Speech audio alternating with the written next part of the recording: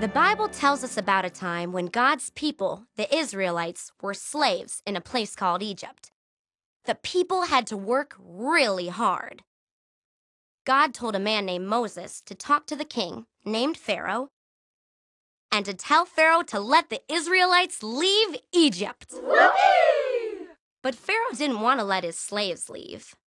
So God gave Moses the power to turn the water in the river to blood. Ew, gross! No one could drink anything.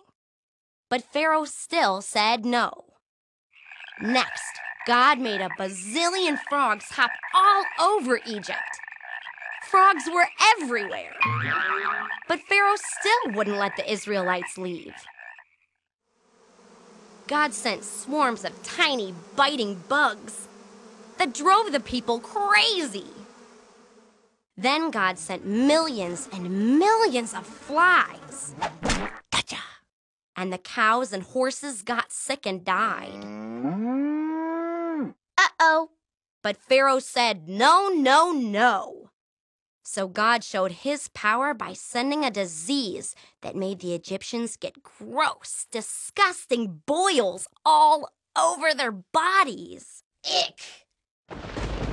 Then he sent a mighty hailstorm that wiped out all the crops. God even sent more bugs called locusts. They chewed up any food that was left from the hailstorm. Yum! Apples! Pharaoh? Yup. He kept saying no. Finally, God just turned out the lights. Hey, where did everybody go? It was dark where the Egyptians lived. But the Israelite slaves had plenty of light where they lived. Pharaoh kept saying no, but even he could see God's amazing power. Tune in tomorrow to find out what happened to Pharaoh. You'll see that God is powerful.